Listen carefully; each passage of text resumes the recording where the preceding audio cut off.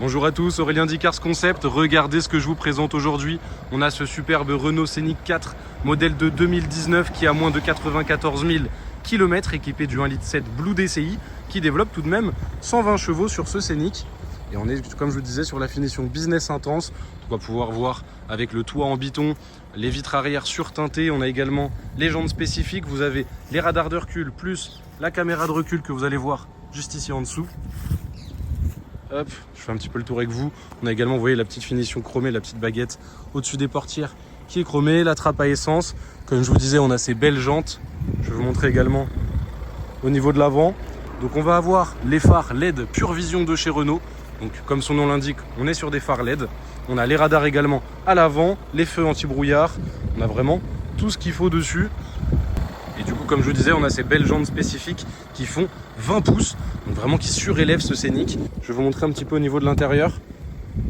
Donc on va avoir déjà ces finitions, vous voyez, un peu en cuir, accompagnées forcément de plastique, mais vraiment les finitions en cuir avec les petites surpiqûres, c'est sympa. On a les 4 vitres électriques, rétroviseurs réglables et rabattables électriquement. On va avoir également, regardez-moi cet intérieur. On a ces beaux sièges en semi-cuir tissu magnifiques, bien rembourrés au niveau du dos et des jambes. Donc là, le confort, autant vous le dire, il est au rendez-vous. Même sur les longues routes, on n'aura pas peur d'être mal installé dans ce Scénic. Je vous montre aussi également au niveau du compteur, on a le beau volant de chez Renault avec un léger nez plat juste ici, volant multifonction. Toutes les commandes de régulateurs de vitesse se font directement ici, donc c'est pratique. Une fois enclenché, on a juste à faire plus pour accélérer ou moins pour décélérer. Donc sur autoroute surtout, c'est très pratique.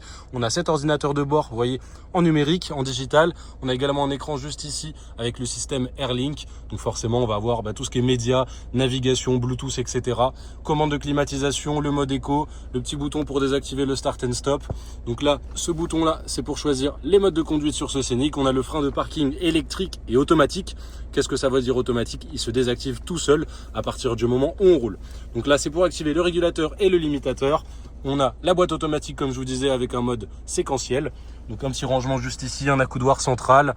La boîte à gants assez spécifique chez Renault. Vous avez juste à poser le doigt dessus et vous voyez, ça sort comme ça. Donc c'est plutôt pas mal en tiroir comme ça.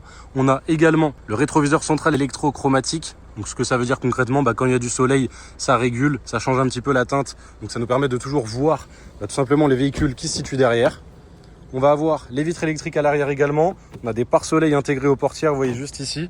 Regardez-moi à l'arrière, on a 3 vraies places, vous voyez. C'est pas une place du milieu un peu plus petite, non, sur les Scénic, c'est vraiment 3 vraies places. Donc même au milieu, on sera super bien installé, il n'y a aucun problème à ce niveau-là. On a des rangements dans les sièges juste ici. On va avoir également des rangements, vous voyez, juste ici. Donc on a juste à soulever ça et on accède à un rangement du coup dans la partie inférieure, donc ça c'est top. On va avoir 2 prises USB juste ici, une prise auxiliaire, on a une prise allume-cigare également, en plus d'un petit rangement juste ici. Donc franchement c'est top, même à l'arrière sur des longs trajets on peut recharger ses appareils électroniques sans problème, donc ça c'est toujours un bon point. Je vais vous montrer un petit peu au niveau du coffre aussi comment ça se présente. Hop, on va pouvoir encore voir la caméra de recul juste ici. Mais franchement, voilà, on est sur un Scénic, sans surprise. On a de la place dans ce coffre. Il y a vraiment tout ce qu'il faut.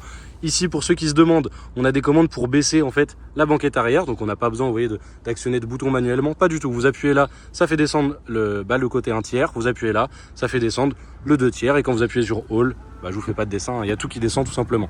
Donc on a du coup ce plancher pour avoir un plancher plat avec bien évidemment un étage inférieur. On a la roue de secours qui va se cacher juste ici. Donc vous voyez, on actionne à l'intérieur et ça permet de la faire sortir. Donc on a une roue de secours et également un kit anti-crevaison qui lui se cache. Je vais vous montrer juste ici au niveau du passager arrière. On ouvre le petit tiroir en dessous et là on a le compresseur avec tout ce qu'il faut. Donc voilà un petit peu pour la présentation du véhicule et des options. On va pouvoir passer aux défauts et imperfections présents sur ce Scénic. Donc on va commencer par l'avant. Vous allez voir, ça va être rapide pour le coup, il est en plutôt bon état. Allez, on a un léger frottement juste ici au niveau du pare-choc avant. Allez, peut-être légèrement juste ici sur le plastique de pare-choc. Bon, après, forcément, le véhicule a pas mal d'aide, donc ça joue aussi. Mais on a un léger frottement juste là aussi au niveau de l'avant droit. Et sinon, sur la carrosserie, franchement, des petites rayures, mais rien de méchant. Donc il y a un petit peu de saleté, mais vous en faites pas, le véhicule sera bien nettoyé pour la vente.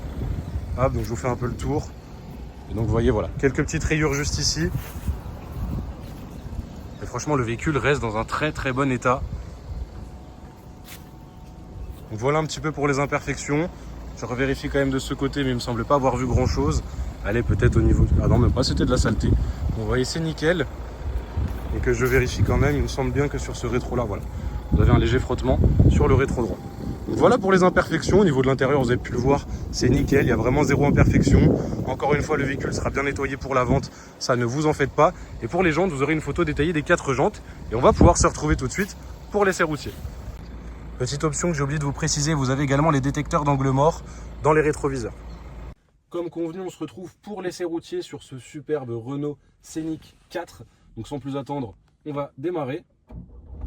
Comme vous voyez, hein, c'est en accès main libre. Hein, vous voyez, on n'a pas besoin de mettre la clé pour démarrer.